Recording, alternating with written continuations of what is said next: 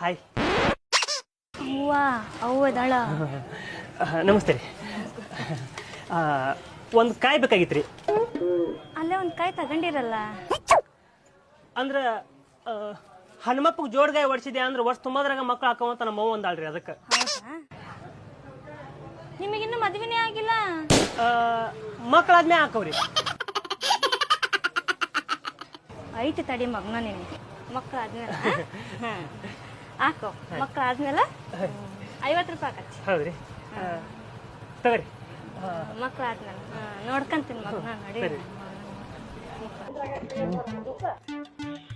ದೋಸ್ತ, ನಮ್ ಹುಡುಗಿ ಹಣಕಾಯಿ ಕೊಟ್ಲು, ಆದ್ರೆ ಎಲ್ಲಿ ಸಿಗ್ತಾಳೆ ಅಂತ ಹೇಳಿ ಎಲ್ಲಿ ಆಕಿ? ನಾ ಕೇಳ್ಕೊಂಬರ್ತಾವ ಸುಮ್ಮನಿರ್ಲಿ, ಯಾಕೆ ತಿಳಿ ಕಟ್ಸ್ಕಂತಿ?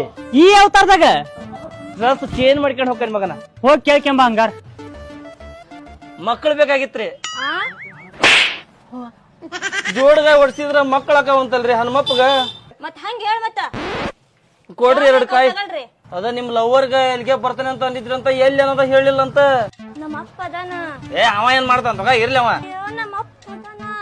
ಇರ್ಲಿ ಬಿಡ, ಏನಾಗತ್ತೆ? ನಮ್ಮ ಅಪ್ಪ ಅದಾನ, ಹೋಗು.